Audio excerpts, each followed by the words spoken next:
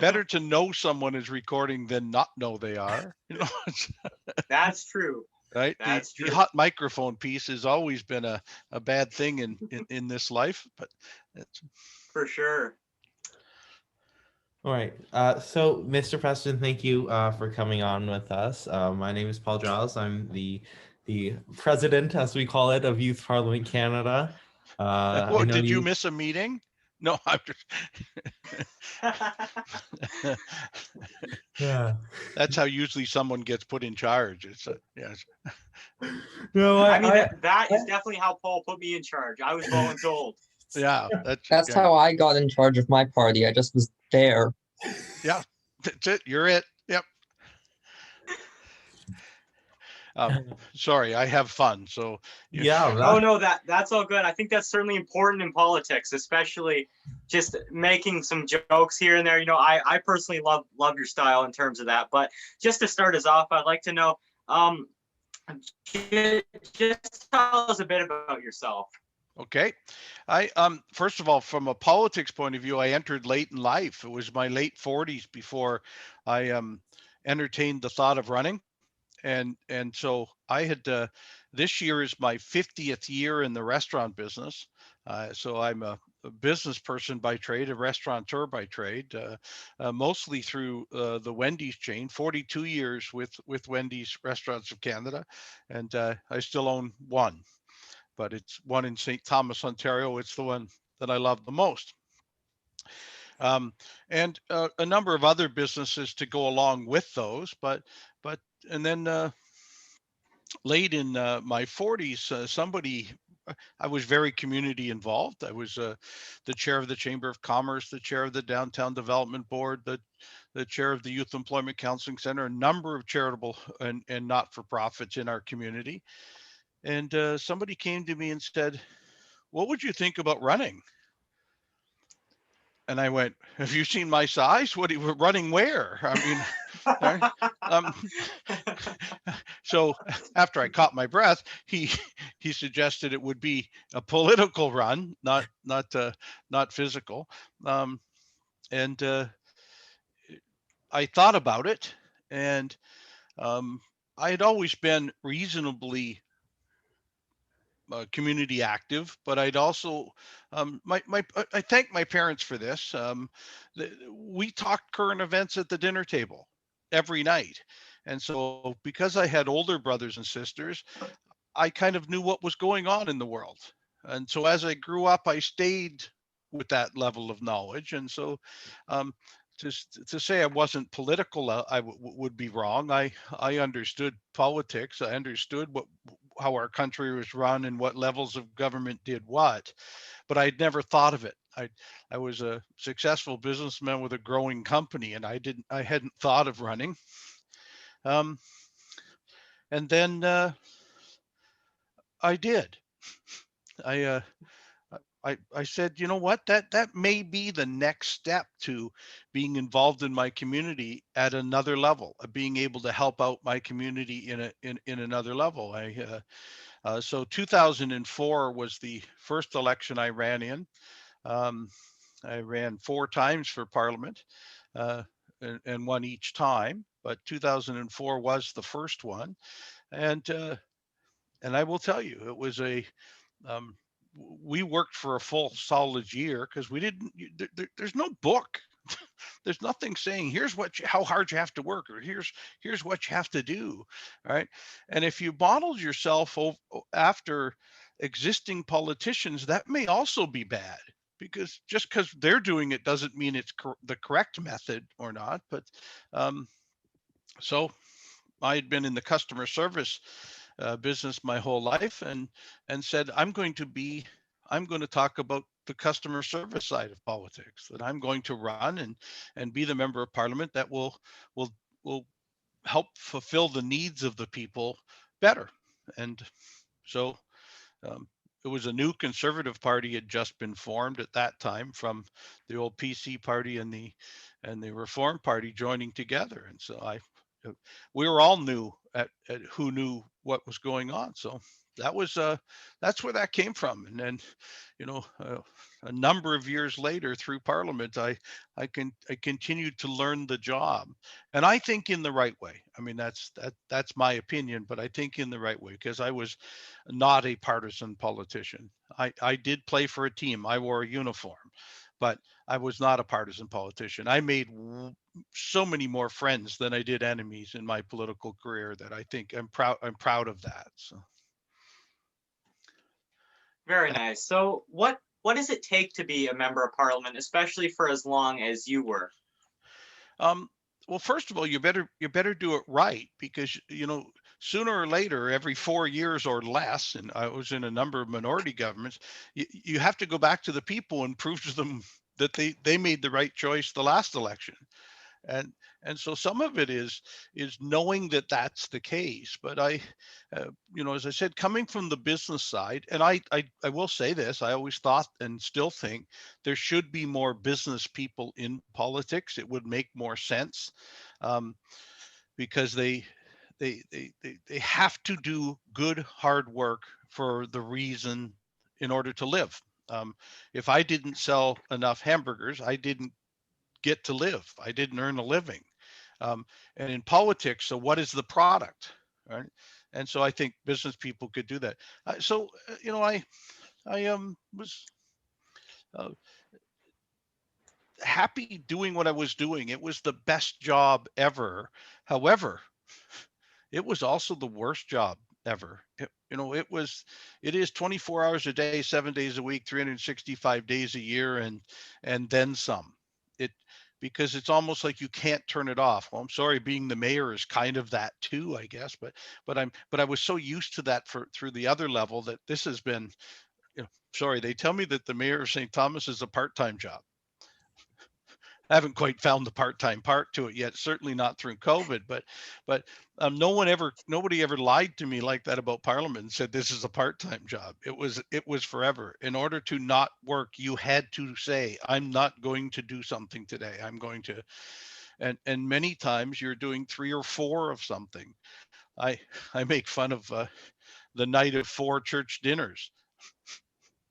Right?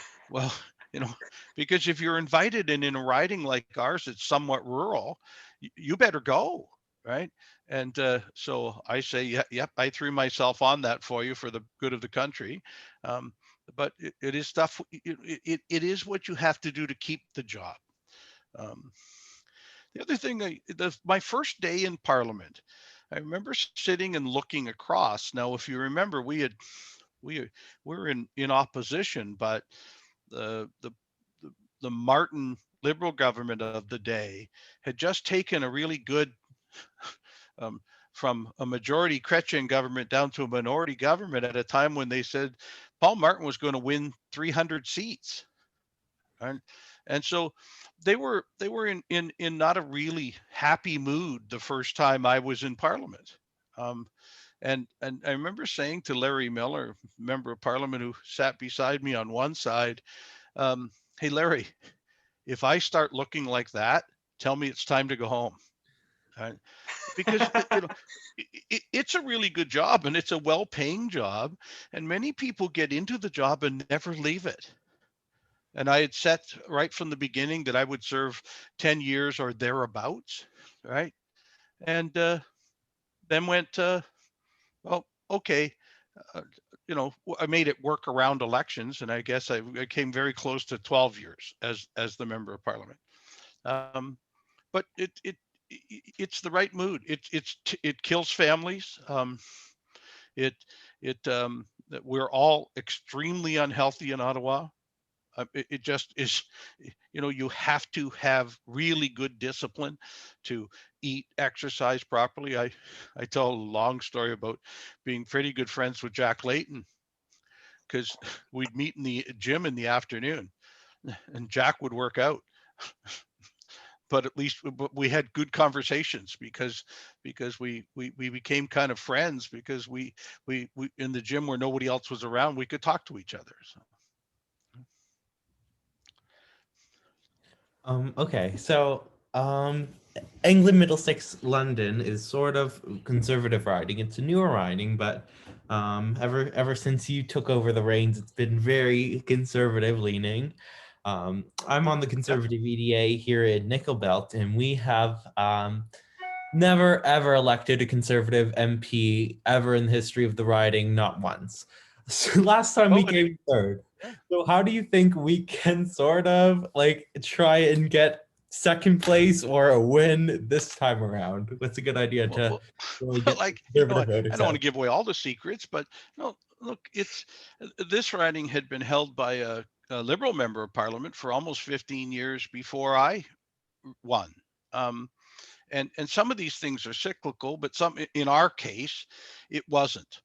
Um, the Conservatives had actually won this riding every election, except at the time there was the Progressive Conservatives and the Reform Party, and combined their vote always beat the Liberals.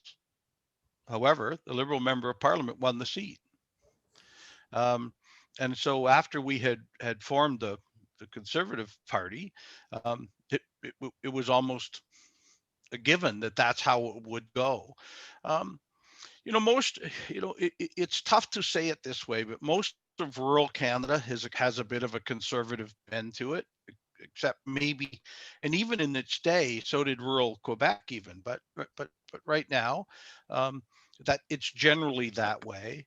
Suburban is kind of a little up for grabs, and urban is much more not. Um, and I think we have to get. I'm sorry, but in my view of the number of years I've been involved, we've become far too Americanized from a politics point of view, and that doesn't only mean partisan and nasty advertising and all the other stuff that I'll blame on the Americans, even though certain parties here, including ours, follow it.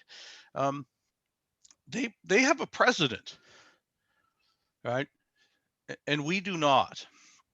And we're a parliamentary democracy that is supposed to be based on running an election and then choosing a prime minister, in the sense that the leader of the party that wins the most seats gets to be the prime minister, not let's vote for, in my date, let's vote for Stephen Harper because he'll be a great prime minister. It isn't supposed to be that thought. And, and I'd like to see us get back to a little bit more emphasis on it's about your local riding and choosing the right person there. And if he's on the right team, well, look, I was in 4 elections, and certainly maybe not the first one, but every election after that, there'd be a number of doors I would knock on where they would say, "Hey, Joe, I love you. You do a good job." And I go, "Thank you very much." Wouldn't know if they were telling me the truth or lying to me, but that's great. But they said, "But I really don't care for your leader. I don't care for Stephen Harper." And I went, "Okay, I understand that. Stephen's an economist, and he's not that funny, um, and I get that. But the last time I checked, unless you lived in Calgary West, you can't vote for him, right? In Elgin, Middlesex, London, you can vote for Joe Preston, or I'd name the Liberal candidate or the NDP candidate, and say those are your choices here. And if those are your choices here, and you sent me to Parliament, and Stephen Harper is the prime minister, well, then you're sending a smart, fairly loud person to help Stephen make better decisions. So that's how parliamentary democracies are supposed to work, is a group of parliamentarians um, help run the country. Now, I'll be the first to admit, it doesn't look much like that from the way our media and even our voters think of it right now. But it's what we are, right? I'd like to see us get back to that in a much greater way. My friend Michael Chong put through a Parliamentary Reform Act while I was the chair of procedure and House Affairs in Ottawa, that I thought had some fantastic things to it, giving some more power back to caucus. Um, I remember being in Australia at a time when one of the prime ministers fell. Now, the prime minister doesn't fall in the House; he falls in his caucus room. His members of Parliament decided he wasn't going to be prime minister anymore, and so he wasn't. and it's almost like a palace coup. And so then the next strongest one gets to be prime minister because the party still holds the most number of seats. But so I'd like to see us do a lot more of that. There's a number of parliamentary reform things that I've worked on and would still like to see happen. Certainly talk to my own member of parliament about it a lot. And at any convention I can attend, I share some of my wisdom. As you can see how powerful it is, it's not become legislation in any way, but it's. James, you had a question. Yes, thank you. It's an honor to speak to you. I'm a pretty left-leaning guy, but well, I like my representative, but I have a lot of issues with the Conservative Party as a whole. I live in a pretty rural area. I actually Bruce Grey Owen Sound, which is where Larry Miller Beautiful. is from. Yeah. Um, Where do you live in the riding? Wyerton area. Oh, well, I have a place in Oliphant. Oh, it's Oliphant's beautiful. Yeah, I know. The I've whole spent. peninsula is gorgeous. Yeah. Anyway, Um, carry on. Yeah. how do you think it's possible to balance that where if you have problems with a lot of the party's policies, but you like your singular person, do you think that's possible like nowadays? Not only do I think it's possible, I think it should be. Um, Look, I think there's a lot of times when, even in this riding, everybody running is 90% the same. And I would think that's fairly close even in Bruce Grey Owen Sound or Grey Bruce Owen Sound, right? There's 10% differences, right? But I'll tell you, I've sat in that caucus room on a Wednesday morning with people from ridings across this country, from Newfoundland through Alberta, and I'll tell you, there's sometimes more than 10% difference in a Conservative caucus room, right? So yes, it is possible. What it needs to be, we have to have um, party process that, as I shared, what Michael Chong had tried and got a lot through. But in visiting, the Scottish Parliament or the Australian Parliament or other parliaments around the world, many do a better job of the party politics in a parliamentary democracy than Canada does. Right? As I said, we try to imitate halfway between a parliamentary democracy and the United States. It's a weird mix of like They don't fit. American They are and not. They do not fit British. well. Yeah. No, I We, definitely agree with you on that. American politics have seeped into Canadians quite a lot. well, because we share their media, because we share their television shows. Forget their media, because most people don't really use the media. But if you're watching Friends and there's a whole commercial on about who's bad and who's good, boy, they're vicious, right? They are absolutely, and then we don't know where the babies went. No, I mean, it's just they really, it really is a really over the top part advertising piece in their politics. We have one other drastic difference is we have 3 or 4 parties, and they truly do not. Right? They have 2 parties, and so somebody's going to win on one side of a scale or another.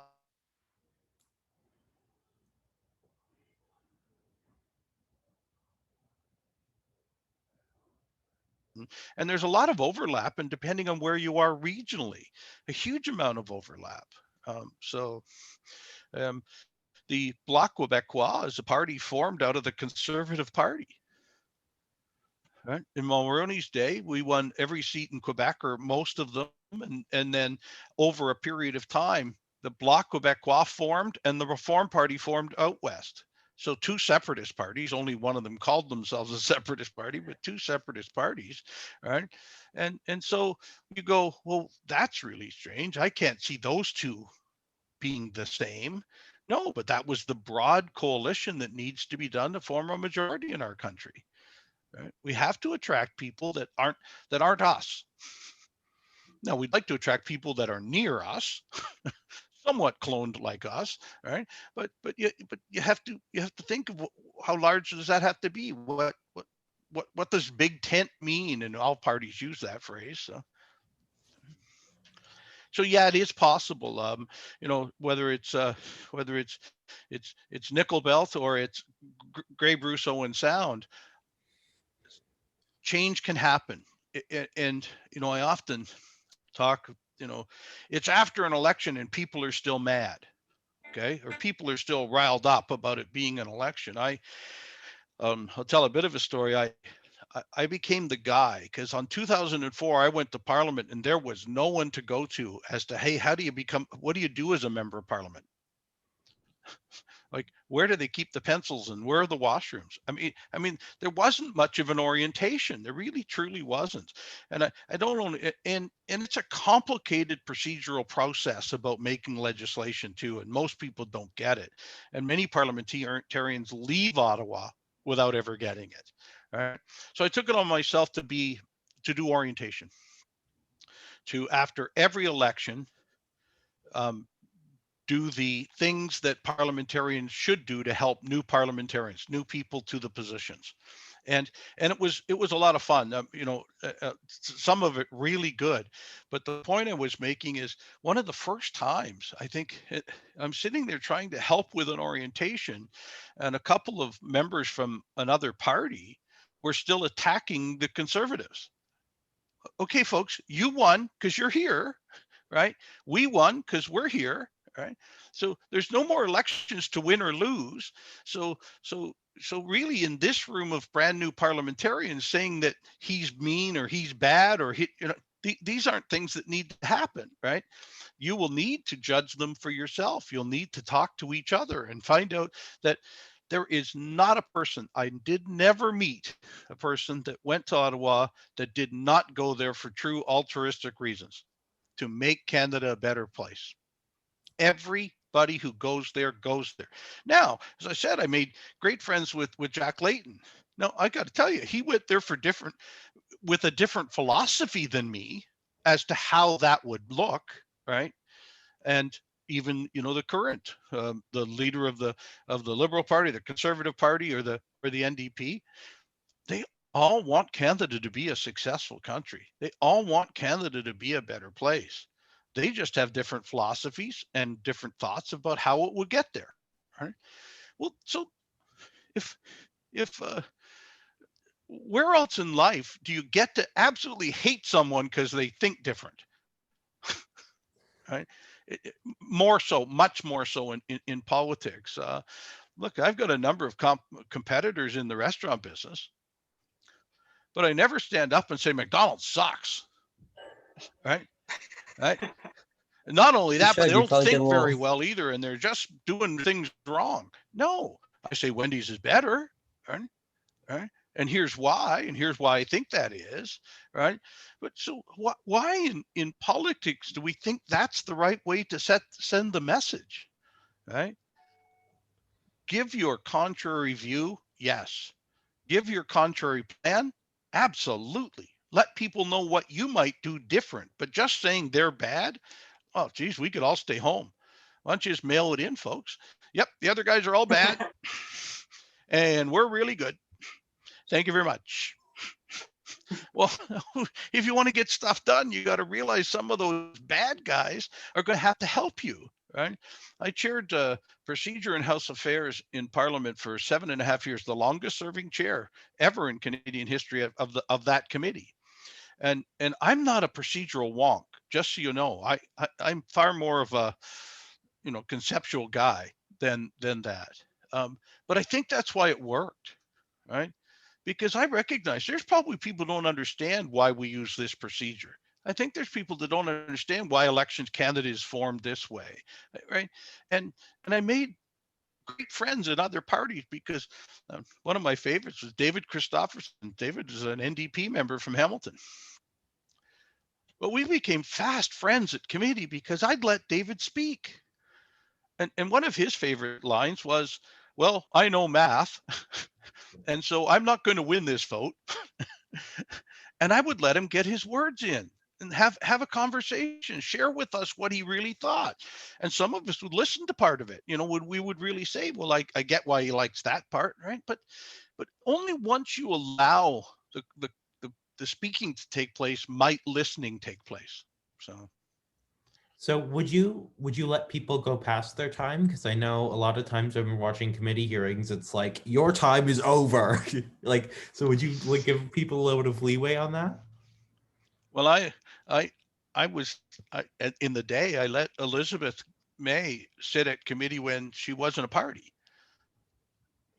And, even my own party would say, why are you doing that? And I say, one day we'll need a favor and this will work real well. I mean, how can she hurt us with her words? Why would we think she could hurt us with her words, right?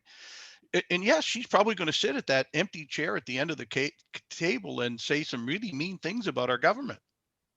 Okay, but we get that every day and sometimes in the house, right? So why would this be bad? So yeah, look, you once you get beyond that, there's a bunch of guys in short pants that run all the offices, the prime minister's office and others, right?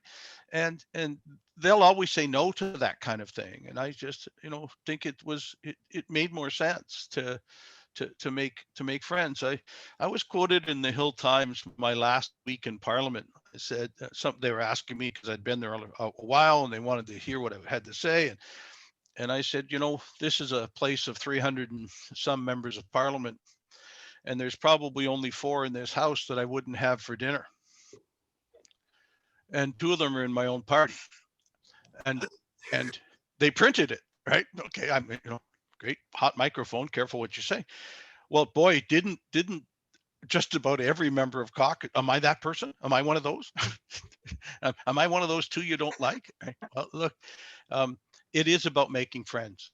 In my life, in mine, it was. I still have a number of friends. If I went back to Ottawa today, of the current serving members of Parliament, I'd spend as much time talking to some of my friends in the opposition or now in government. I mean, it's a Liberal government. It wasn't when I was there. Um, Instead, or NDP members that are there that from my time. I know what the government members are doing. I still, I'm awake, right? So, questions? Oh, go Tyler, ahead. why don't you go? Yeah. So I've seen a lot of people not listening anymore. Like you said, how could we get back to that point where we say, yeah, I don't agree with you politically, but I will 100% hear you out? Yeah, again, there's some electoral reform that would need that may need to happen for that to happen. But my first step, and I've mentioned this a lot in my time in Parliament and afterwards, that I think one of the best things we could do in the House of Commons. There's one thing we could do to get people to listen to what's going on there, rather than just a bunch of robots popping up saying you're bad and somebody else popping up and saying, but we're really good. And right. I would take paper out of people's hands. You would not read a speech in the House of Commons the day I became the overruler of all things. Um, and other parliaments have tried it and done it well. Scotland, I believe, does it. The limit to speeches is 5 minutes. Ours is 20 because it takes you a whole lot longer to make a point when you have 20 minutes. And I believe that there were some fantastic orators in the House while I was there who wouldn't use notes. And I made it a point my last number of years there to never pick up a piece of paper, but to put 2 or 3 points on a cue card, throw it on my desk, and get up and give that speech. Almost all of them included killing an elephant by a train or something. But, for those of you who don't know, that's one of the things St. Thomas is famous for. But people listen to you if you're up there speaking kind of from the heart, even if it's on a dry subject like railway safety, right? If you can get up there and make those points. But 5 minutes of speaking from the heart instead of 20 minutes reading the speech somebody from the PMO handed to you as you got into the House makes a whole lot more sense on making good legislation. Right? I would still like to see a little better job of amending of opposition amendments. And I don't know how to not slow down the process by doing that. But I think the reading one all by itself would get more people tuning in to Parliament and say, wow, that guy's passionate about this, right? Rather than, oh, they're at it again. Right. So I think that's one thing. Now, how do you do that back locally? I think once it starts in the house and you really have to kind of talk about why you're doing what you're doing. I again, I love to say why. I love to talk about customer service. I love to talk about what the failings of the current process were. And I think people wanted to hear that more than they wanted to hear how bad the other guy was. Right.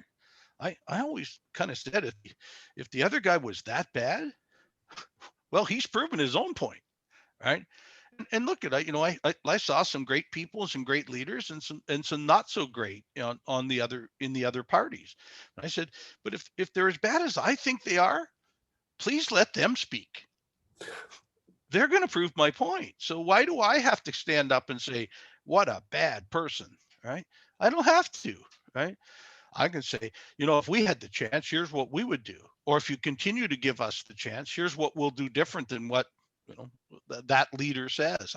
I don't want to name any names because some of them are still pretty good friends, but weren't great, played the role wrong. That's all.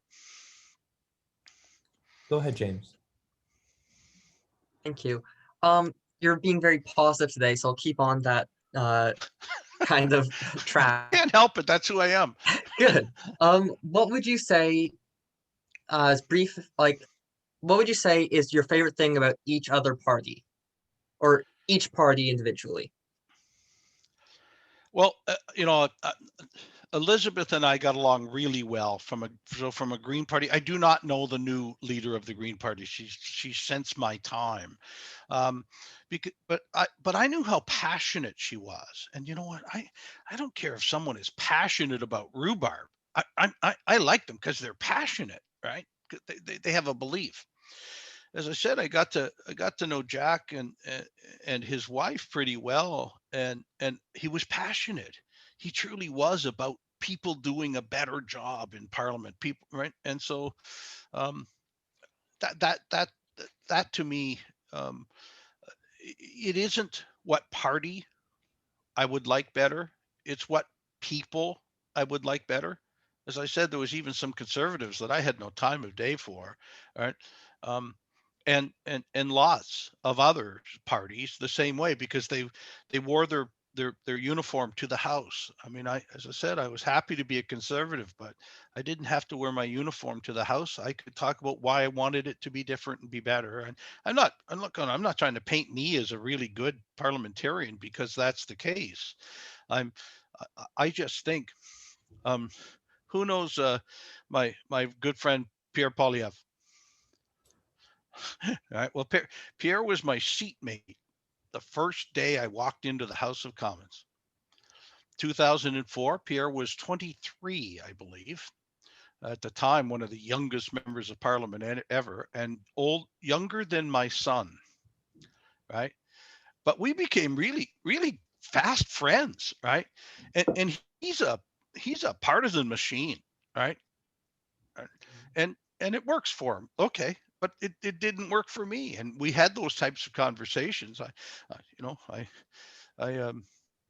said, you can get this without making enemies, right?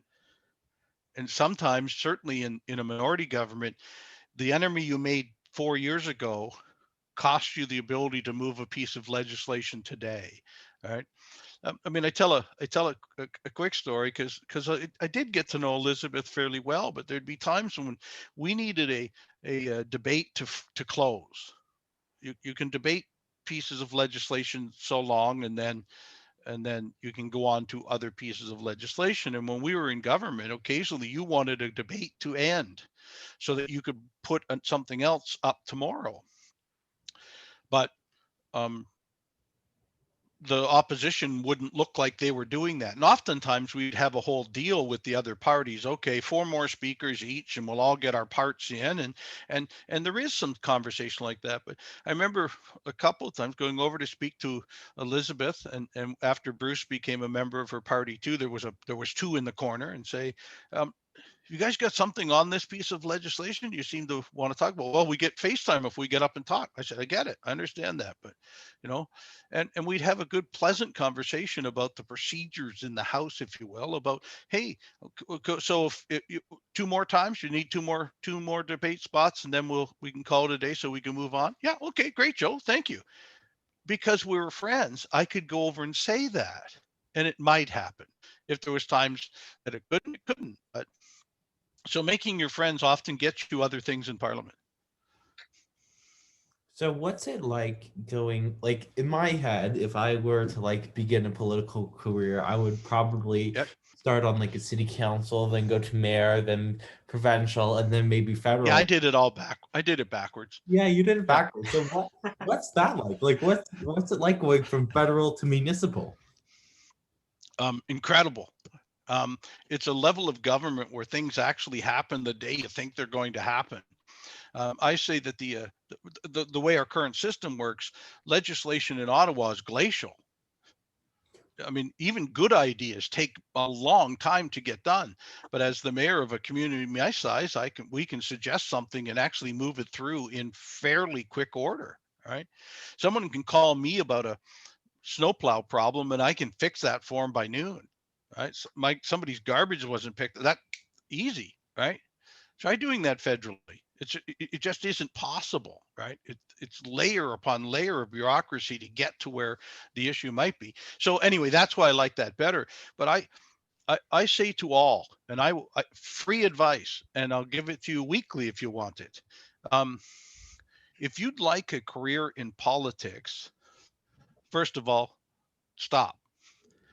Because if you want a career in community service, that's a better thought, right? And if that community service starts you off as the youngest alderman in wherever, and then mayor, and then on, fine. That's community service. As I said, I was doing my community service in a non-political way, and somebody said, "Would you come run for us?" And I thought, yes, this is a natural piece. But I think it's only natural. First of all, in the municipal government world, name recognition is 3/4 of the battle. All right.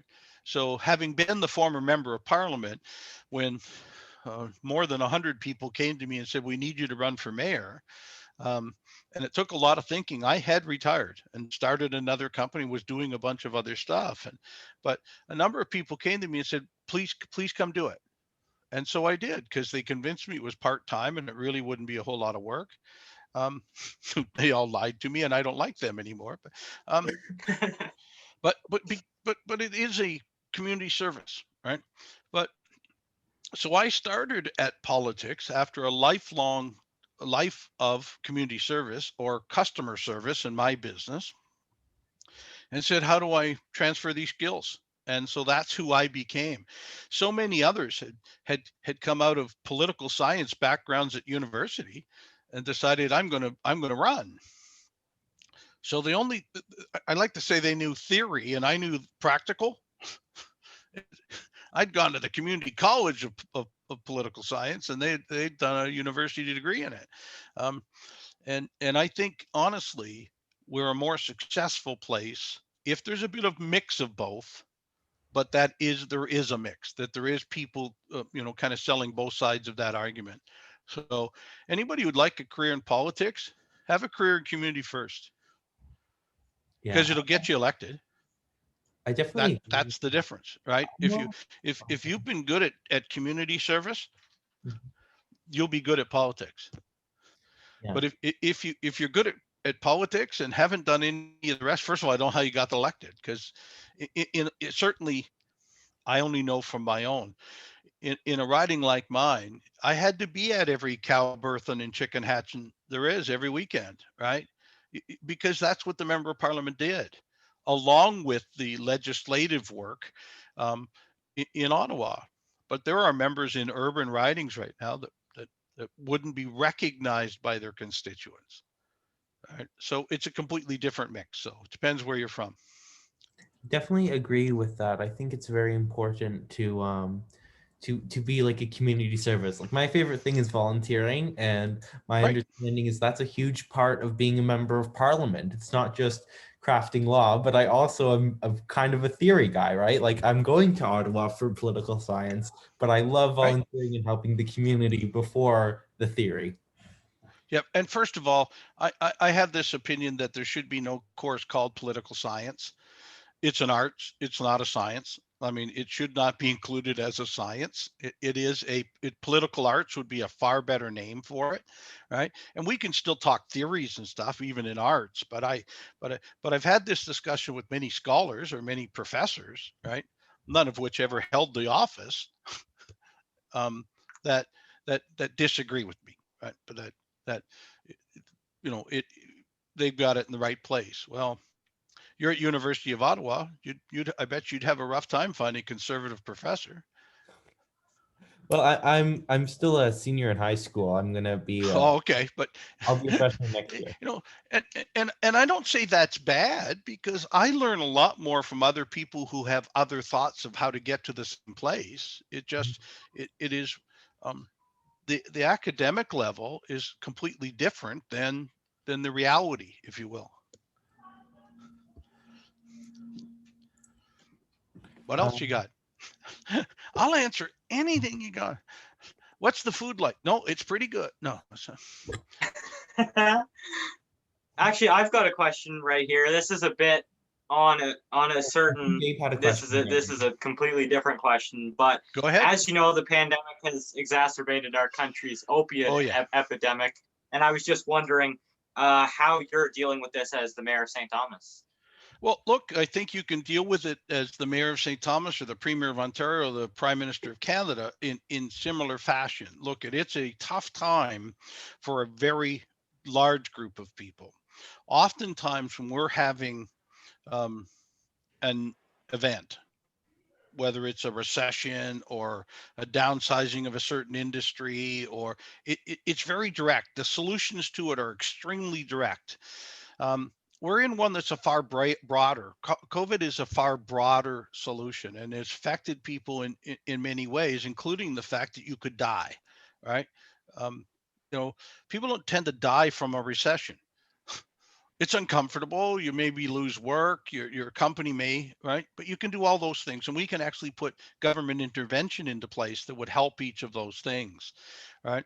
A pandemic is a completely different thing, and so that's been drastically different. As I said, I'm glad I did run for mayor, and then this happened, in the sense that I'm glad I'm in the position.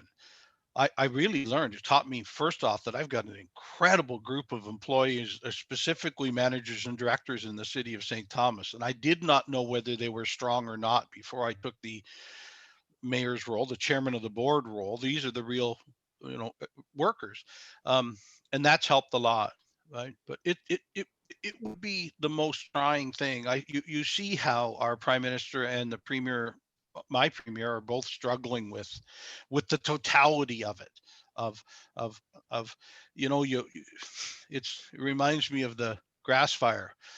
You stomp one out at one area and you've got to quickly go stomp out something else, and by then it's started back up somewhere else because we didn't wait long enough, or right, or another variant came along, or whatever else it might be. So you know I guess I hopefully that answered that question. It's tough at every level, and it's fiscally tough too. I mean, For sure. this costs money, right? At the municipal level, we can't run deficits, right? And that's the major difference in our level of government is municipalities can't run a deficit. You must pay your bills the next year, right? So even if you borrowed for some real reason this year, it has to go into next year's budget as right. So both the provinces and federal government in this country can run deficits. I'm just afraid of how deep that has got and what that means for municipalities in another 2 years, 2 years, 3 years, 4 years, because some of this spending certainly has to stop, but most of it has to be paid back. Um, and I think it will come from the level of government that can't run deficits. Yeah, that kind of leads into my next question. I was just wondering what you were thinking about the newest federal budget. Well, I have a lot of views on budgets, but this government, and recognize I'm a conservative, not a liberal.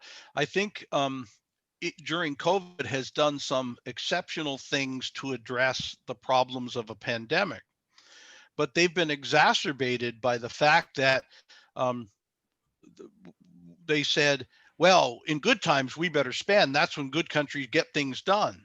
Well, then when don't you spend? When don't you overspend what you're taking in? Please give me the one day of the year when that's the case, because the size of the debt that had to be taken on because of COVID.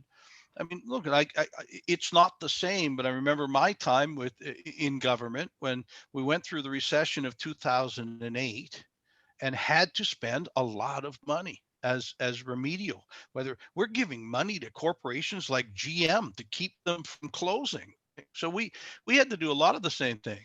But immediately afterwards, we worked on taking this back down and saying, taxpayers, please keep your money. Right? We don't need it. We needed it in 2008. We needed it in 2009.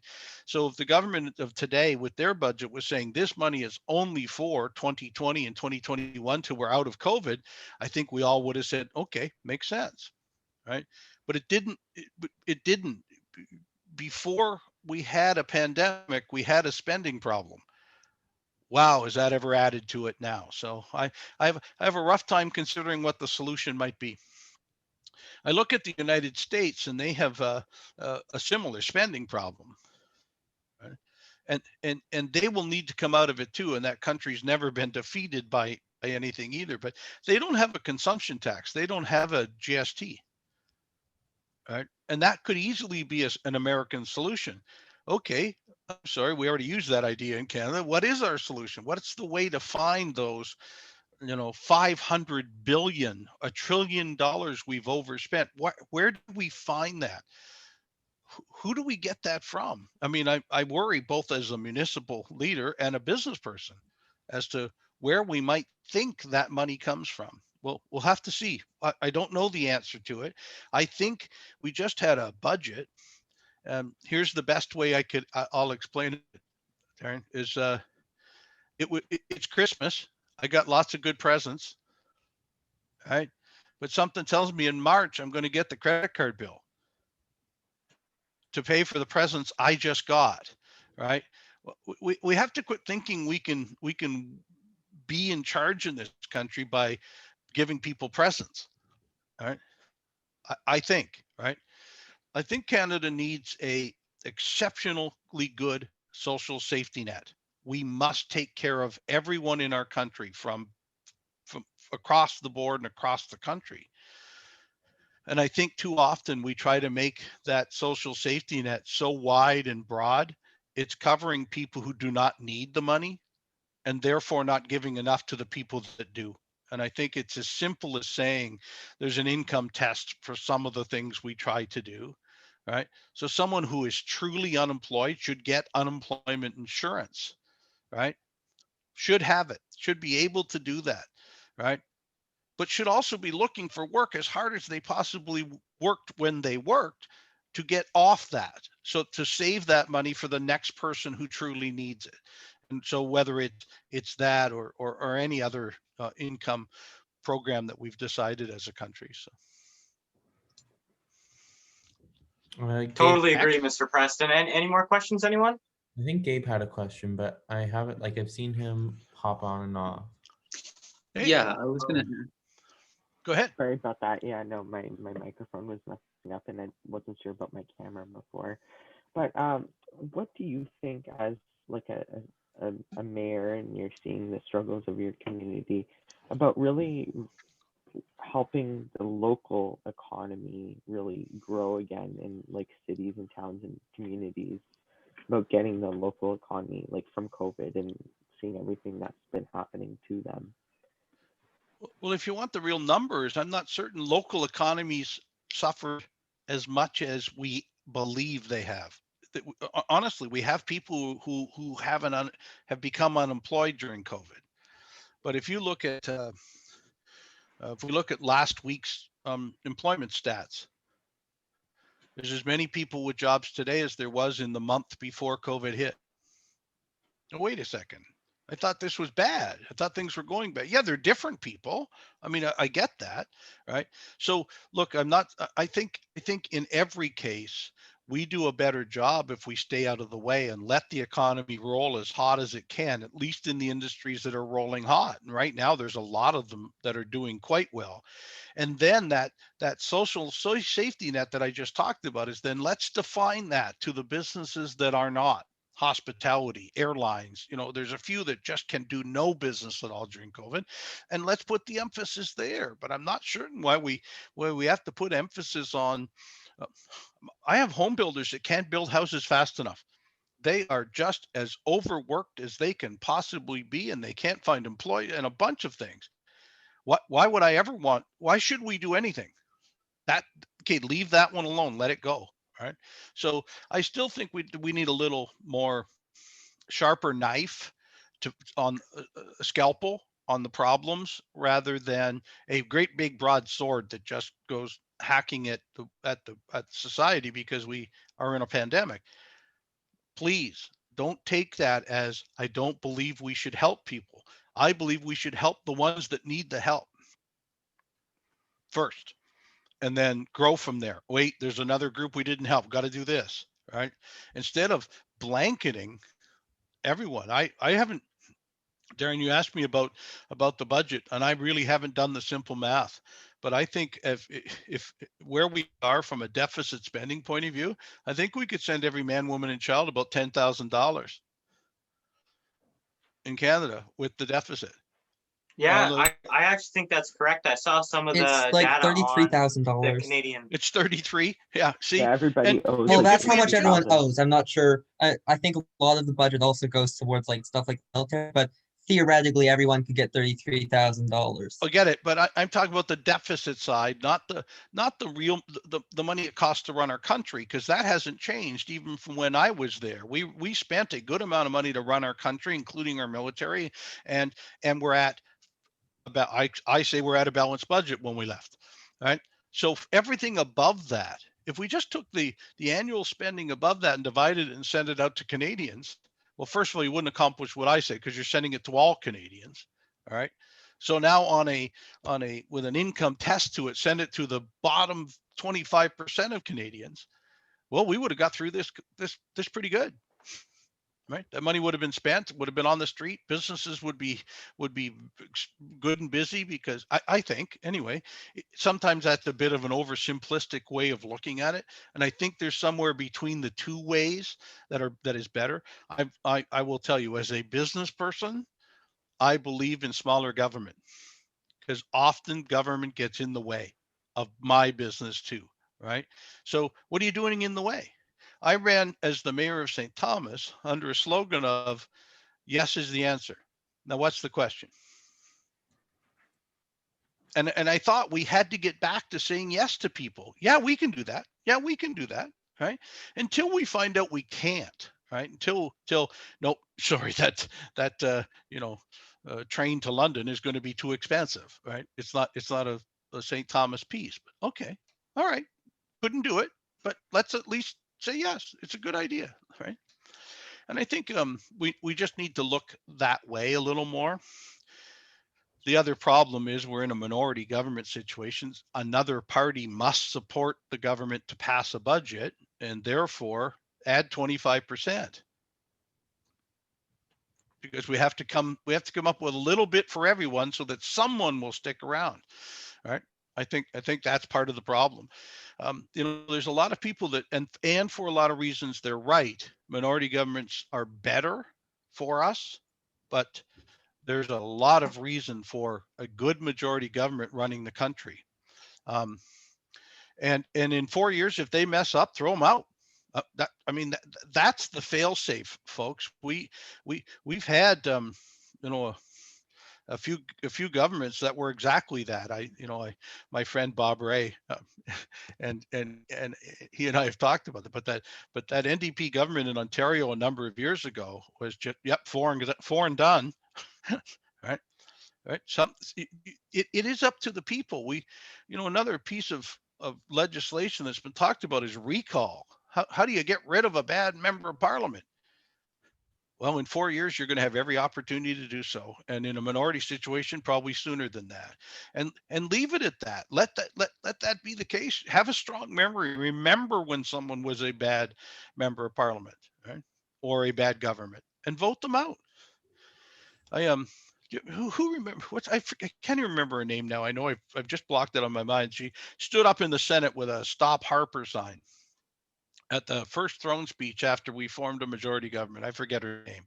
Anyway, I, I had a conversation with a friend of hers shortly after that. First of all, why are you standing up doing this the week or two after it's a throne speech? So probably a month or two after we've become a majority government.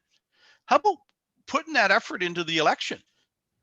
I mean, if you really didn't believe in us or didn't want the Conservatives to form the government, then get out there and work your tail off. Get out there and get somebody else elected in a riding where we had a member, right? And I say that's really the answer: is work hard in your own ridings to get people elected to make a majority government in the country, whether you are a Green member or a NDP or a Liberal or a Conservative. That's how it really works, right? So yes, that is her name. Thank you.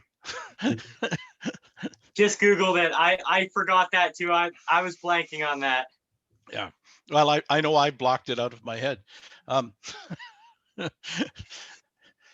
What else you got? I'll answer and give me tougher. I have this is a bit of a fluffy question, but my dad was Okay. a city councilor for Owen Sound, and Yes. he always claimed that municipal politics were much more dirty than federal politics. Would you agree with that statement? I think they can be. I think they can be. I don't think they are as much anymore because of the stopgap measures put in place now under council responsibilities and ombudsman and how behavior must be. Boy, it used to be almost every council meeting was followed by a whole meeting in a bar or restaurant afterwards about what they did right or wrong. We can't do that anymore. I can't meet with more than a majority of my council at any time, Really? right? Even if it's my birthday, right? It just is. There now is a little bit more um, stopgap balance or stop balance on that. So, but you're right. In the past, uh, your city leaders were far more cliquish, a clique that would work together towards um, not always what was best for the city, but made council easier to run. From my opinion, I That's wasn't basically there. what he said, and I always thought, well, that can't be right. But I'm glad Yeah, he's and I not. don't think it is anymore. I No, really don't he think. stopped a Yeah, while, like a plenty of years ago, because it was just yeah. getting to the point where there was he got Well, sent a first of death all, threat at one point. It was a whole thing. my counselors earn about, I don't know, 20,000 a year. I mean, why are you gonna do a job that you have to work this hard at for that little money if there isn't a passionate side to it, right? Yeah, Um, you know, I I I earn very little as the mayor of St. Thomas, and I'm a successful business person, so nobody's going to hold a tag day for me. I'm okay, by the way. But you know, usually you can follow the money to find the problems, and it's just not the case in municipal politics today. And I'm not saying it wasn't before, but I just don't believe it is today. I Harder. That think wasn't that fluffy. That was a was probably the toughest one yet. I think I'm convinced. I was already convinced that I was moving to St. Thomas after university, and meeting Mayor Preston just really pushed it through. It's a done deal. well, Well, the other thing that's happening now in this area of Southern Ontario is we're getting to all be friends. It's funny that Mayor Holder is the mayor of London. If those of you who don't know Ed Holder, he was a member of Parliament when I was there. We lived in the same apartment building, so we solved the problems of the world most nights over a cigar or two, and and then forgot to write it down and had to do it again the next night. But having the mayor of London and the mayor of St. Thomas, who are pretty good friends, talking to each other and really cajoling each other, has been an excellent addition.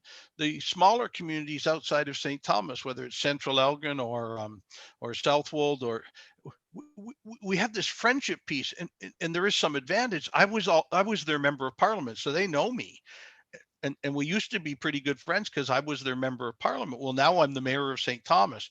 Well, not St. Thomas, we don't like them. Right? Okay, but why don't you like them? It's me now. What do you know, let's work together on running water to your community or doing transit that is more regional. And so all of that is helping a lot more too, because there's a new sheriff in town. No, because we think it can now, right? Until we prove it can't, we can't. Yes is the answer. So it is a lot more fun. But I do love still teasing Mayor Holder. If any of you know, you could pass that on for me, please. Um,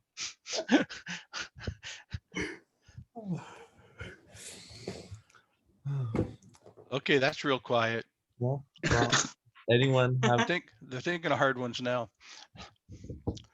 I was going to ask, since you were in Parliament when the recession hit, what was the mood like? Because I know in my area it was very much depressing. But what was the mood like in Parliament itself? Okay, first of all, I was also the member of parliament for one of the what could have been the poster community for that recession, because that recession was very much automotive based, right? And at the same time, I lost a large assembly plant, and truly lost the Sterling truck plant at the same time. I remember, so I'll get to how Parliament reacted, but I remember Prime Minister Harper calling me up, right, and saying, "Well, Joe, how's it going?" I said, "Well, if I can add up the unemployment, the jobs lost by plant closure, I'm at about 6,500 in a community of 25,000 or 30,000." He went, "Holy!" He swore, but I won't tell you what word he used. Um, he said, How are you doing with it?" And I said, "Well, I'm standing up in front of it. I mean, I guess there's two things I could do: find a cave and not talk about the problems, or I can stand up in front and say, I remember on the closing of the Ford plant, I remember driving to Dearborn, Michigan to tell Ford it was a bad idea. Ford, not the Ford we hate now, the other one, Ford, the car company, um, and tell them it was to tell them it was a bad idea. I remember having many conversations with other businesses saying, "What do I do to keep you going? What else can we do?" And we okay. So now to Parliament, I remember Tony Clement was the Minister of Industry, I think, at the time, and I remember going to him with a Tony, we've got to fix it. We've got to help industry, right? We've got to do this, right? Um, I, I had thought up of a program that would be a cash back to consumers in Canada who bought Canadian built cars. Right. I think in the United States they did something close to that, but right. Um, we're just really we the biggest thing we did in Parliament, because we were in government and it had to be done, was we ramped up infrastructure, and I mean in a minute. Not I'm the mayor of a community in Southern Ontario now that is 3 years into the new infrastructure ministry that really hasn't seen anything yet, right? Uh, Minister Goodyear was the minister in Southern Ontario who I remember he said, "Joe, I don't care if there's a water tower out there or a bridge that needs painting, get it painted tomorrow and we'll pay the bill. Get people working doing those types of and we did. We just through the Community Futures organization and a number of other ways got money on the street pretty quickly. And so the mood in Parliament was we knew what we had to do. We as conservatives, there was a number of us that didn't like the spending, but we knew it needed to be done. So we said, let's not promise spending 2 years from now, because this recession has cost jobs today. We've got to get money on the street. And we did. And then, slowly had to decide, okay, which of these programs are now going to go away, right? I mean, in the day we talked about shovel ready projects, right? If communities had something they'd been planning to do for years and it was shovel ready, it meant they'd done the planning, they'd done the environmentals, and there was a whole lot of other work had to be done. We said, start. We'll send you the check as you go through the construction. Fantastic, get going. And that was the mood in that Parliament. It was also an absolute ununderstandable recession, and much like maybe COVID is today. But across the country, there was not a full recession. The oil parts of the Western Canada were doing quite well. And so the fact that we're giving money to industries like Ford and GM made no sense to those members of parliament. And guess what party they all lived with? Um, right. And so, but the other thing we attempted to do was try to even out Canada. I remember member of parliament from I think it was Rajat from Leduc, so near Edmonton, in the oil fields, right? Brought a number of his industries to St. Thomas, industry leaders, HR people, and said, we're looking for people, and we're also looking for Canadian made products for the oil industry, pumps, valves, funnels, I mean, you name it, right? And we signed a pile of deals at the St. Thomas Golf and Country Club. We had a meeting with our industry and our Chamber of Commerce and their industry about how do we match up and how do we get it going today. I didn't know you had a pump factory here. Gorman Rupp Pumps makes great pumps right here in St. Thomas. Well, why aren't we buying those instead of the ones out of Denver? And and so we did a lot of that. But some of it was real good old grassroots politics like that. We could not have come out of the recession as fast as we could. And if you remember, this wasn't a recession from Canada. This was a mortgage housing recession out of the United States that just kind of flowed to our industries. But it specifically cut the buying power of the United States out from underneath us. And when they're the largest consumer of our goods, boy, we paid for it real quick, right?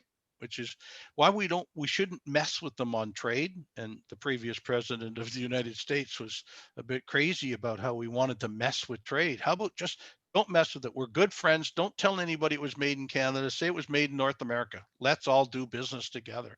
And that's a better way to do work.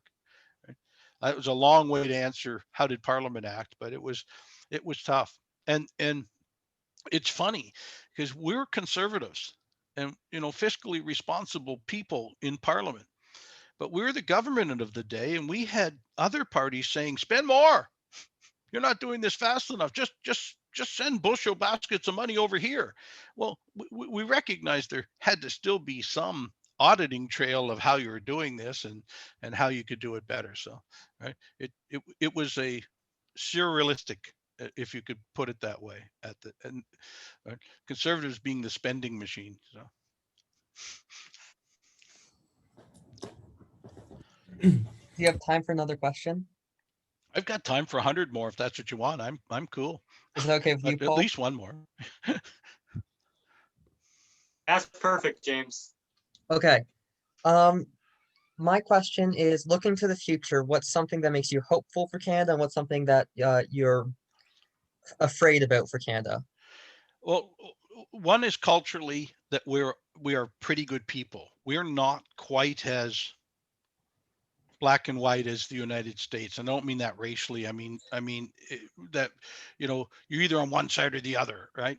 You know, we accept um, change in Canada at a way better rate, right? Whether it is immigration or it's a change in today's Earth Day. So whether it's a change in the environmental processes and the things we must do to save our planet, those types of things. People understand that. There's always people on either end of each of these discussions.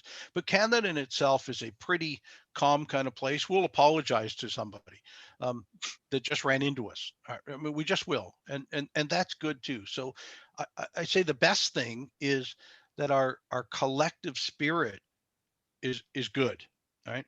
And we believe in helping those less fortunate than us. Even the most successful business people I know are very good at helping others, right? And in a lot of cases, we've gotten a little tougher on the side of, well, hate the rich or hate the police or some other social issues. But for the most part, it's not majority driven yet. It's not even close to strong minority get driven. It is, well, how do we find a way to get along, right? And we do that as a country pretty well. Um, I fear the same. I think the first question I started off on is that I fear us becoming more Americanized. Right. We want instant gratification. All of us do, because we all carry these stupid things all the time, right? And we can find the answer to who stood up in the Senate within a second, because we can, right? And we want answers like that, and therefore we want solutions like that, and that's not always a great thing. It's I'd rather we think out solutions in a better way, even if it took 15 minutes instead of three. Right? So that's what I think our strength is. I really do. Um, we are still a huge hunk of land with very few people on it, and that's our weakness. It truly is. We live in this little strip along the northern border of the United States, and boy, when that elephant rolls over, not to use a St. Thomas joke, we get squashed. I mean, we truly do. It is and we have to help ourselves more with that, and be able to, um, you know, be good at a lot more things instead of just being another United State. So I think we're doing a good job along that way. I do, right? But and if you try to compare, even political parties in Canada versus political parties in the United States, I remember having this conversation a lot with some of my colleagues. I think Bill Clinton was president as a Democratic president, and we thought he was a little to the right of us, and we're likely so. Uh, we think that was Prime Minister Harper was a conservative prime minister who was probably a little bit left of Bill Clinton. And it's weird to think that, because we use the same terminologies across the border, because we both speak English and we both watch the same media, and I think that's probably closer to real. I think, in my opinion, one of the big issues with America is they don't have it like an actual left party, and you kind of need that balance in most case, like in a lot of Yeah, cases where there is an opposition to keep the other people in check. yeah, or as much as it's messy, or a third party with some strength, right? Hmm. So there was another choice to go to besides the two that are there. Look, I think there's a pile of Republicans who would love someplace else to go, right? They didn't have someplace else, and there would have been years where there was lots of Democrats who wanted to be somewhere else, but I can't go there, right? So that's part of it for sure, but it's still the high exalted ruler of president that you vote for them too, right? They elect a king every 4 years, Well, basically. that's what happened to them 4 years ago. Um, I think, right? And you have to be careful. You have to learn how to correct that. Look, I've had lots of conversations with lots of congressmen in the United States about money in politics. It costs a lot of money to win a seat in the Congress of the United States, and 10 times that to win a Senate seat. I remember having a conversation with a congressperson from South Carolina who was fairly safe in his seat. And he said to me, Joe, what you spend in the last election? And I said, 80 million. Holy crap. No, 80,000. All right. My spending limit was about 120, but I only spent 80. How do you get elected for only 80,000? I wake up every morning and must make $1 million to be ready for the next election. Right. I have to. If I had less than $1 million, I could not win. Right. And it'll likely be two. And I'm in a pretty safe seat in South Carolina. All right. They need to do what we did in Canada, and that is get the money out of politics, get business out of politics, get unions out of politics, get it down to where any, and I still see it. I'm on social media all the time, and somebody's saying, well, the big business guys, well, we get, nobody gets money from big business anymore, folks. You must be a voter in Canada to donate to a political party or a member of parliament. And the most you can put right now is $1,625. Well, I'm sorry, I might not be able to be bought for $1,625. I'm pretty sure I couldn't. And in my case, I probably had to find 75 people to give me the full amount in order to get what it would cost me to run an election, right? Um, look, we've just taken it out. It's not possible anymore for that to be the case. And we, in our first step as a conservative majority, was to take away the vote subsidy. Because when Mr. Kretchen originally took the money out of politics, he went down to $5,000 only people could give and companies could give, and we took the companies and unions out. But he said, but we're going to give you 40 cents a vote for every vote you get to the National Party, and they can divvy it up. And we just said, well, wait a second, taxpayers don't want nobody's door I ever knocked on said, and could you please take some of my money and give it to Parti Québécois or the Bloc Québécois or right. And I'm in a pretty conservative rank, so they probably said, and I don't want to go into NDP either. Right? Okay, so we took away the per vote subsidy. We said, if you want to run politics in Canada, go out and earn your own money, right? And if you want to win a seat in Parliament, then go out and fundraise as hard as you campaign to get what you need. But your limit to spend is going to be around 100,000. Well, geez, I mean, okay, but that's what it is, right? And can you win on that? Living proof, of course you can, right? Because everybody has a fairly equal playing field. They all get to spend that amount, so it's going to be the right person who gets elected, not the one who spends the most. But in the United States right now, 9 times out of 10, it's the one who spends the most money, not the best person. They might also be the best person, but the spending of money is what makes it happen. That's another strength we have, and we have to hold that one with both hands to not ever go backwards on that, right? And we really thought that the current government, to entice some of the more minor parties to vote with them on things, they might offer back a per vote subsidy, and I'm still not saying it might not happen, but we I just disagree with that being the case, right? Because truly, if you read it right, a per vote subsidy at, say, it's 50 cents a vote, well, the party that's in power is still going to get the most money because they're getting 50 cent a vote that they got, and the weaker parties are getting less. But when we first went into government in 2004, the Bloc Québécois did no fundraising, zero. They took the 40 cents for each vote they got in some very good block ridings and said, that'll be enough. Thank you. We can do that. I don't have to rent a plane in the next election. I don't have to do all those things, and I'm only running in Quebec. Right. So regional parties have a huge advantage that way. So we said, let's not do this. Let's make everybody play fair. I think it worked, but that's one of the things I think we do better. The money in politics in the United States is stupid. And you know what? Everyone I spoke to down there about this exact problem knows it is. They just don't know how to stop doing it. They just, somebody has to be strong enough to say, here's what we're going to run on. We're going to take the money out of politics. And the party that does it, I think, will stand a better chance of winning than not. Because I think the people will understand that we're going to take big business out of politics. Does anybody know what a PAC is?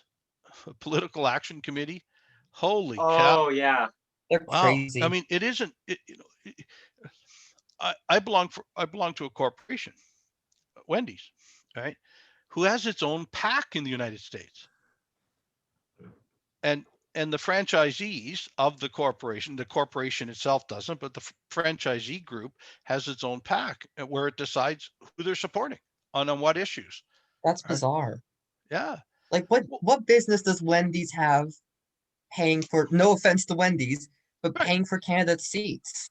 Well, and we're not the only. Obviously, there's a Yeah, PAC no, in obviously, everything. like If you're almost a every medical company has a supply PAC. company, there's a whole group of certain laws you want passed, or a party that will help you with that. You know, with Wendy's, there was some trucking laws or some other stuff that probably had to happen, and so those franchisees said, well, if we don't give the money to the right Congress people and senators, other companies will, and right. So look, it gets under the, it's not right. But how do you stop it? Right? Who's the first to put up their hand and say, we don't want to do this anymore? Right?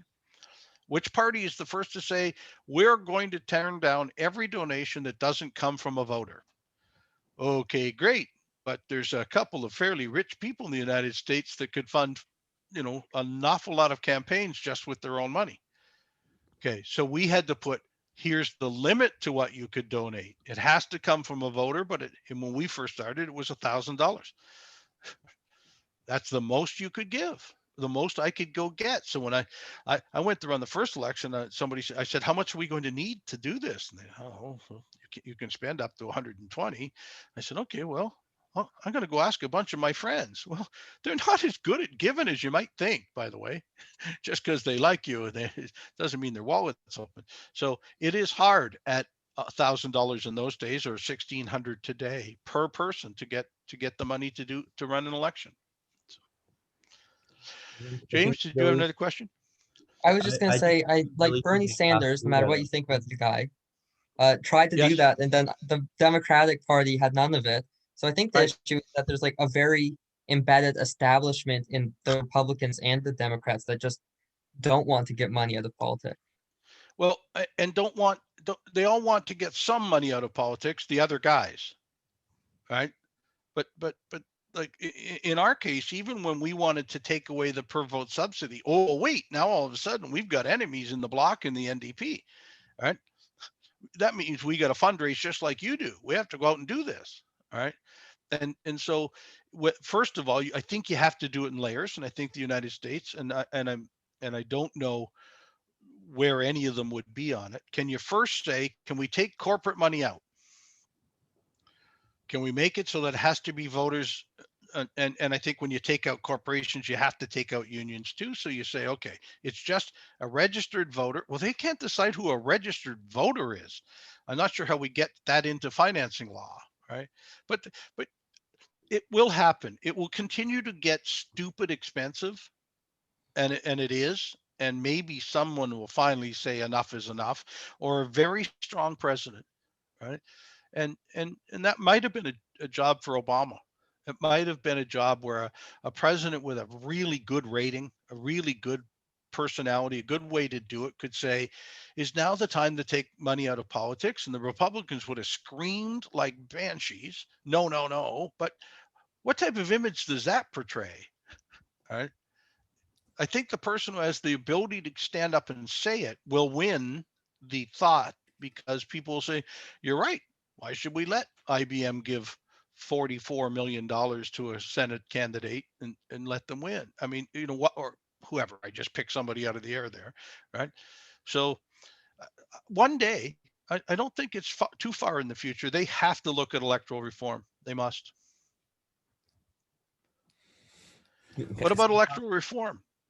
how big of an issue do you think big fast food is in voter giving all the money to the big fast food packs? None. None. I don't think it's an issue. I don't think it's even needed. But they feel they have to do it because the Burger King franchisees are doing it, or the McDonald's franchisees are doing it. So look at it, it's a corporate mentality on we've got to get our people elected, or someone else is going to elect them. Right? So that's where that came from. Right? And I wouldn't suggest that the people I know, because I'm a franchisee, and so occasionally they would ask my opinion, and they would get the Canadian version of how we can't donate more than $1,000, and they, holy crap, that would be perfect, right? So even the people donating the money would recognize, I don't need to do this. We can still have good government, right? The other thing they do crazy down there is a lot of gerrymandering. There really is a lot of electoral districts, congressional districts in the states that make absolutely no sense, that should be square boxes, and they're just not, because over time they kind of get to pick, well, they did really good over here, let's cut that one in, and it just looks like a dog's breakfast. And look, we have to, every 10 years we redesign our ridings, our EDAs also, but there's a fairly good method for doing it within nonpartisan. And so if you try to be partisan about it, you're likely to lose. It will look like you're trying to do that, right? We try to keep some communities of association together. And it makes sense if it was all in Elgin. I mean, it just makes sense if there already is another natural border. So what happens to be your proudest moment as a member of parliament and also as a mayor too? Well, mayor's only got a couple years in, but I've got a lot of proud stuff in there already. We've already established a transit system in a community that didn't have one. I mean, clearly didn't. If you don't know St. Thomas, we had buses running 6 days a week, not Sundays. So I guess you never had to go anywhere on a Sunday or to work. And they stopped running at 6 o'clock at night the other 6 days a week. So if you got to work, you couldn't get home. And so it's taken 2 years, and we now have an on-demand bus system after 6 o'clock at night where you can use the app and get the bus to come pick you up wherever you are and take you to wherever you are. But we have all that. And so I'm really proud that we're able to do that. But on top of that, we have like every community, we have a homeless problem and some addiction and mental health problems. And we've already started construction on a number of supportive housing units for people who need supports, including mental health and addictions where they live.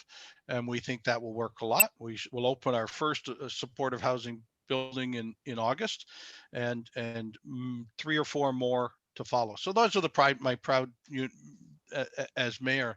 Um, uh, in Parliament, I think the proudest day I had was we had gone through the worst recession our generation had seen, and through a whole lot of heavy lifting, brought the budget back to balanced.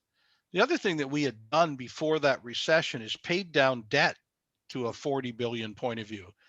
So we went into that recession having already paid down 40 billion. We said, okay, the first 40 billion is free, folks. We can spend. What can we fix? What can we make? Right.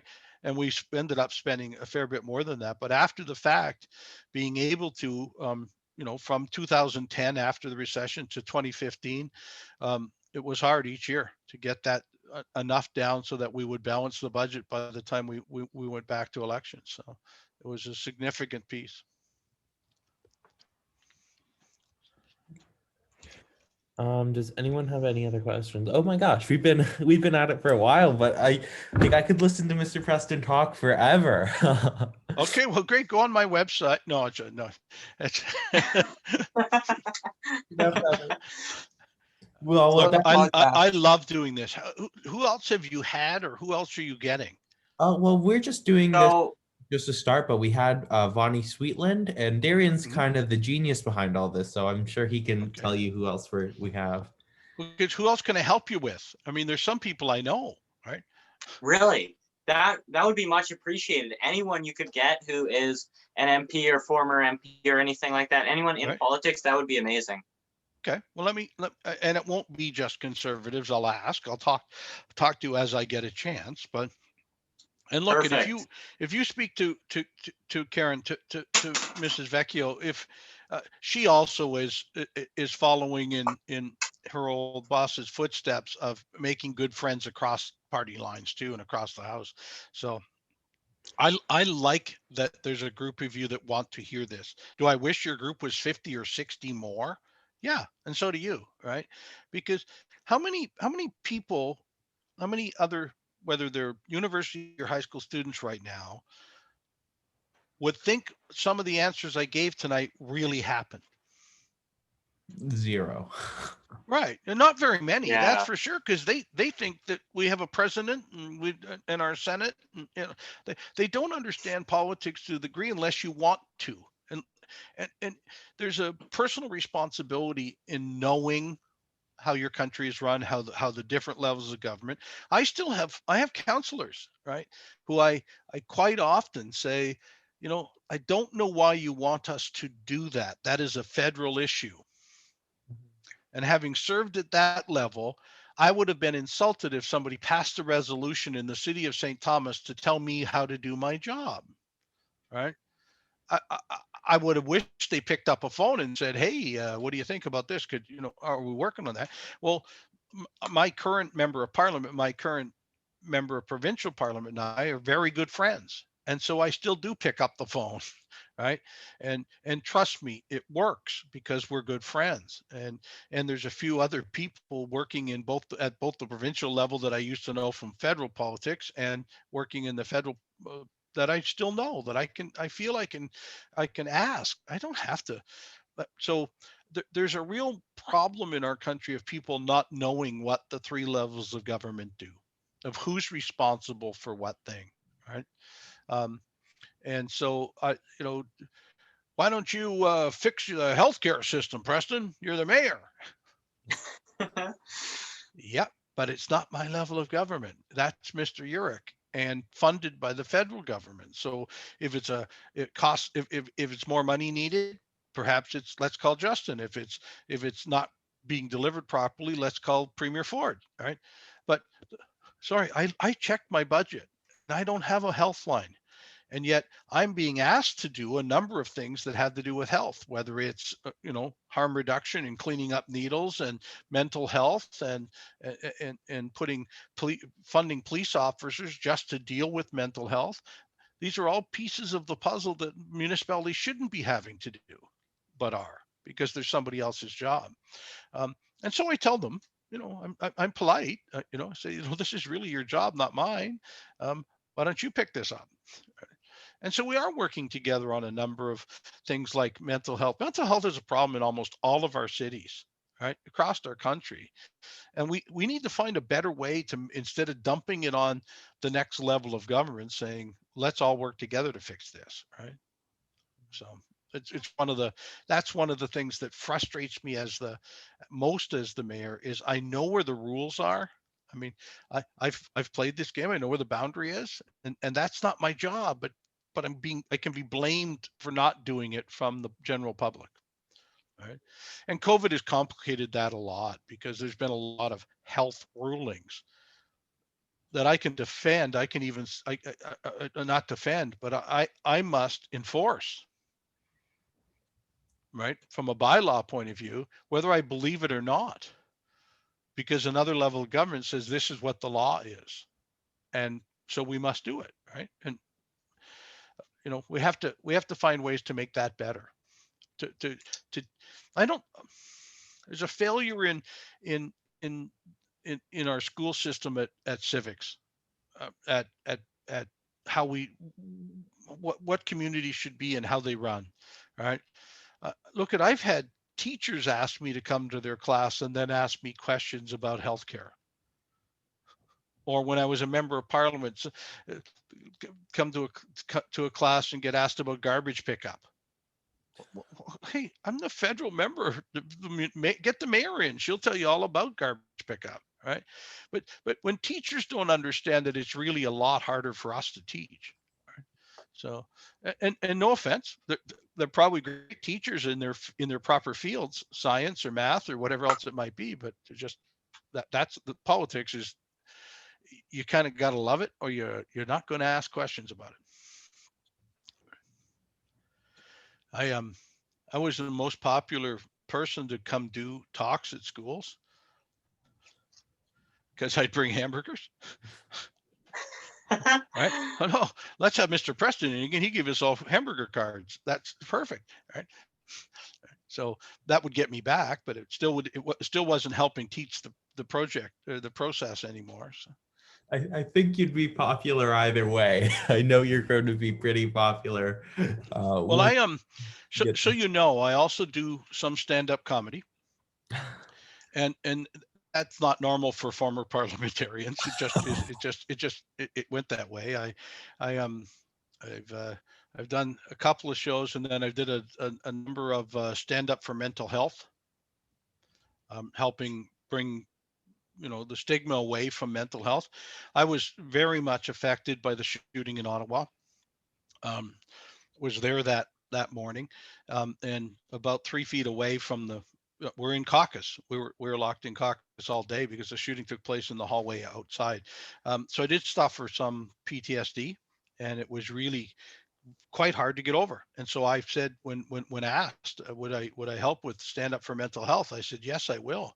And I don't know if I shared it, but this week I'm taking a mental health first aid course, which I think everybody should take. It's really when you recognize mental health on the street or in your home, how to better deal with it. So my wife is bipolar, and as she says, she's a bipolar survivor because she's very, very good at it, and she does a lot of work online with others, and so it's important.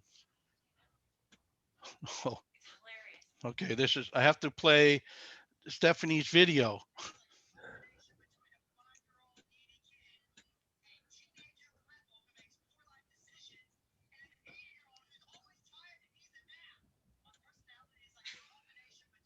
Yeah, Stephanie is Stephanie is a TikTok wizard. If you'd like to see mental health sold in the right way, go to Stephanie Brown or at Stephanie Brown on TikTok. But she's my hero. She's a former professional singer because, of course, all professional singers and former parliamentarians should get together about mental health. Um, and we do, but we make a good combination from a municipal point of view. But it is about telling the story whatever way people will listen, and so I try to use comedy also, and I think that works too. You know, I'll tell you one last quick story about politics. 2004, I ran in my first election. I beat a former cabinet minister and became a member of parliament, and I think I had about 46% of the vote to win because I'm Oh, I in have Elgin that Middlesex, London. actually It can be right split, now. right? So about 46% of the vote, and I thought that was fantastic. I had a couple nice scotches and went home from the party, and sometime in the middle of the night said to myself, you know what, Preston, I think you only had 46% of the vote. That means 54% didn't like you. on whose on whose authority? 43.8. That was pretty Yeah. close. All right. So on whose authority are you the member of parliament? Well, a democracy, a parliamentary democracy system, says the person that gets the right. Okay, that's great. But I did remember through that whole my whole first term that, more than the people who liked me, there was people out there that did not. But I have to represent them all, and I don't know who voted. I still to this day believe my ex-wife voted against me. Right. The next election, 2 years later, of 2004, 2006, I ran again, and I think it was slightly higher. Might have got to 48 in that one. Same thing. Fantastic night. Way to go. We won, moved on to the next election.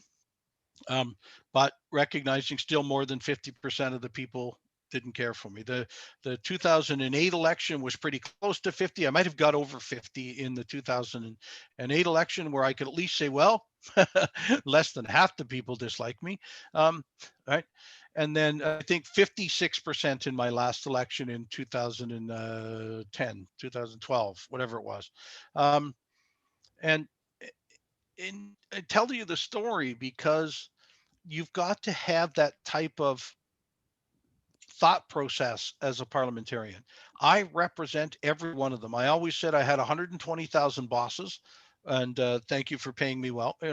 Whenever I was speaking to someone, but that I did not know who voted for me. It is not critical to know who voted for me. I was the member of parliament for Elgin Middlesex, London, for that long of a duration because I kept the job, whatever knowing the rules of the day. And the same thing with being the mayor of the city of St. Thomas. I did not win a majority. There was two other candidates, three others altogether, but two stronger candidates who took a fairly good amount of votes, but I won.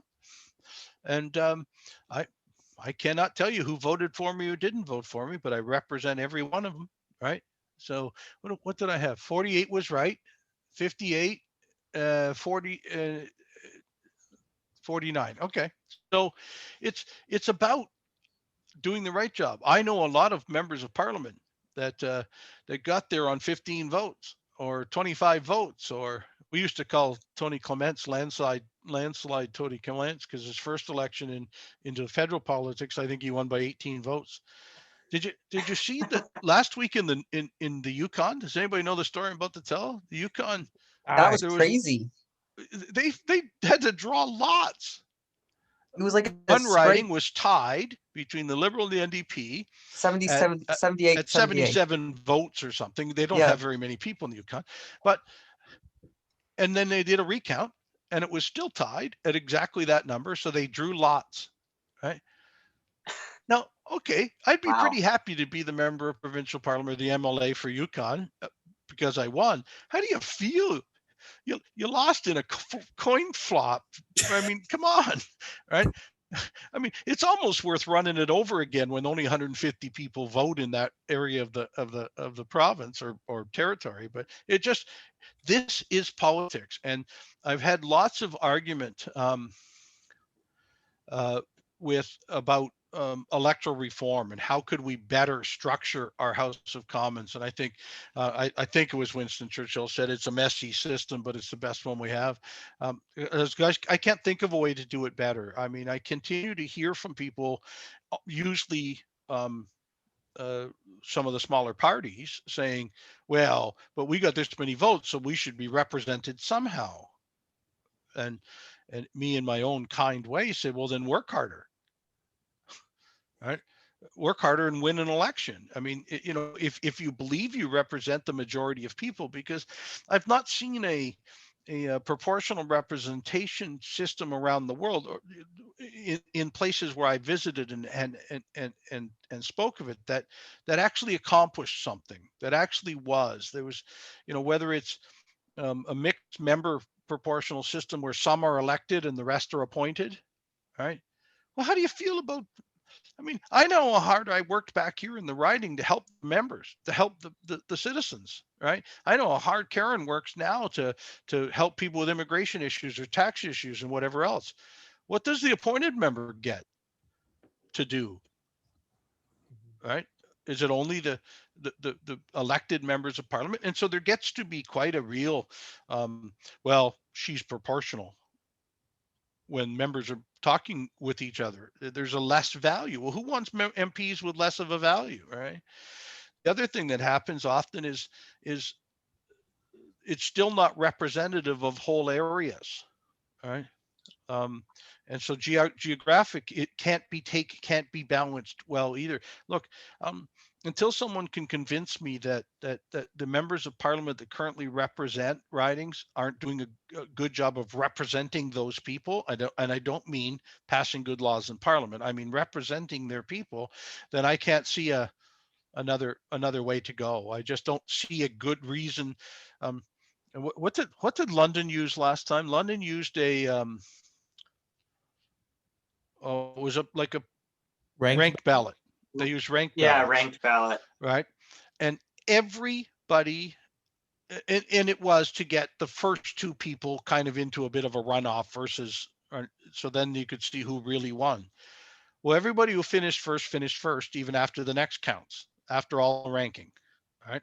So I wondered, okay, well that didn't seem to, but I wanted to phone my friend Ed, who won as the mayor, who I knew would run as the mayor, win as the mayor in London. But it was like 3 days after I'd won and had a party, and they're still counting ballots and trying to figure out who the winners were in London. So I always said that the ranked ballot was a solution in search of a problem, because I still can't see what it was solving. I don't know what it was getting. So um, my opinion as the chair of procedures, which is responsible for Elections Canada and all of the rules that have to do with election for a long period of time, um, we certainly visited electoral reform a number of times and just really couldn't say, well, that would be better. Yes, we could always say that would be different. I think BC has voted twice on electoral reform, and each time the people said no, no, what we have is good, right? Oh, but we need it to be different. Well, wait, no, we don't. Right? Bring it back again. And I know that our current prime minister said he would do something about electoral reform. When he got there, the other parties couldn't decide what it was that they thought he had promised. Right? So no offense, he said, well, until I hear from you what it was you really thought I was going to do, I'm not going to do it. Right? So no offense, I like it. My opinion on electoral reform. Oh, That's okay. more questions? No? I don't know. I think we'll have to grow the people. Like we're okay. Like we had what was it? 25 people go to our last parliament session. Great. But our town halls don't never do as good. So I want to expand our town halls and I want to bring you back because I think everyone will love you. I know everyone here loves you and you're Yeah. excellent, Hey, excellent. I'll come back whenever you say, right? But I will also go out. I'll go out there and try and harvest some crop for you and see who else might come. Uh, Provincial's okay too. Oh yeah. Oh Oh yeah. yeah. Okay. All right. Any politician that you can get, we would really appreciate Well, that. anyone that's still breathing, but because I honestly served Yeah, with some that were yeah. not, so that's a whole different thing. Rest in peace, Jack. Yeah, I mean, and so there may be a couple more of the people my age, but there's some really good pivotal people out there who want to also help people understand why we do what we do, right? I hope that I've shared with you tonight a bit of evidence that we really did go to Parliament and actually breathe and think we're getting something done, and it wasn't just a note sent from the PMO to pass this or a note sent from the official leader of the opposition to oppose it. Um, it isn't only just about that. I think it is deeper than that. Can we do a better job of showing that? Absolutely. I do believe we can. All right. Thank you very much. Again, we're gonna need to have you back. We're gonna have to get that in the works. Thank you for Great. coming on. We appreciate it. It's very thank you for Great. Well, I've talking. given up Jeopardy tonight just for you. Okay, just so you know. So, Well, thank you so much for your sacrifice, Joe. yeah. Who's the host of Jeopardy right now? Oh, they've been rotating. Sorry, last I week think it was I Ken don't know. Jennings for a bit. I think Yeah. I Oh, saw no, him on it and a I while like back. Ken. I thought Ken's a really smart guy, so he did it. And then what football star was it some football quarterback last week, and then who's on there this week? He's from CNN. Well, Um, it's probably Anderson Cooper. that's it. Anderson Cooper. Anderson Yeah. Cooper is the host this week, and he did a pretty good job. And there's been a couple of others. I, I sometimes turn in on Mondays to see if do we have a new one, but I would like Ken to do it forever. That would be just fine with me. I know Oh LeVar yeah, me Burton too. has said he wants to do the role. I am, and then I heard today that they're doing a duo. There'll be like two hosts next week, uh, and I don't know. Oh, We'll see how that goes. I'm old enough to remember Art Fleming, the original host of Jeopardy, before Alex Trebek, the proudest Canadian there is. But look, I practice my brain exercise is Jeopardy, right? It's um, Stephanie won't watch with me because I get everything right, but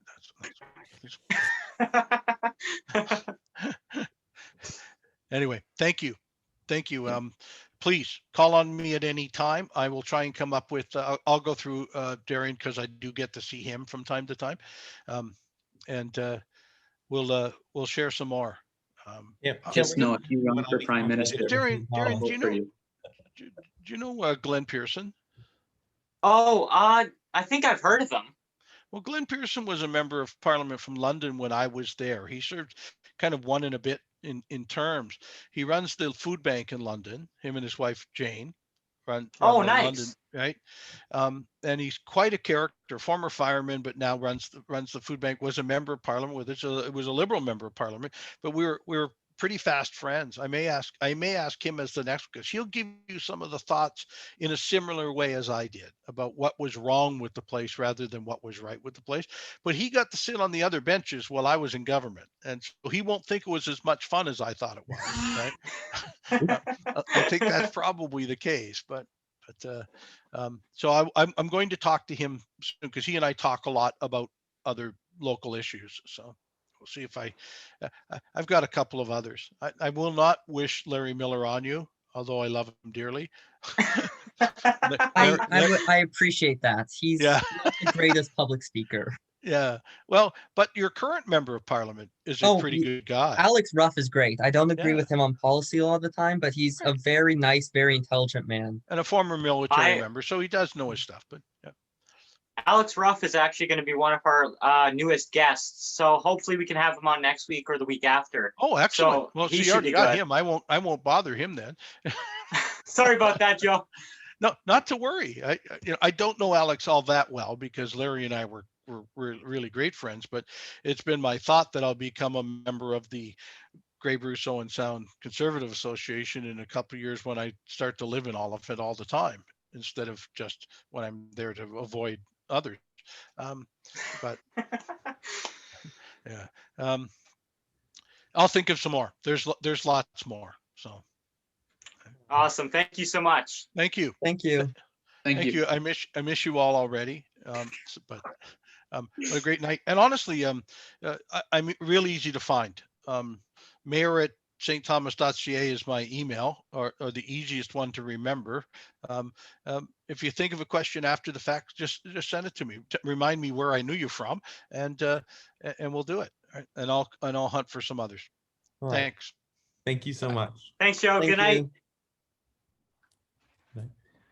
All right, so I'll end the recording. Oh wait, first, thank you everyone for tuning in. That was our second Youth Parliament Town Hall with St. Thomas Mayor and former Conservative MP Joe Preston. Yay! Stand-up comic too.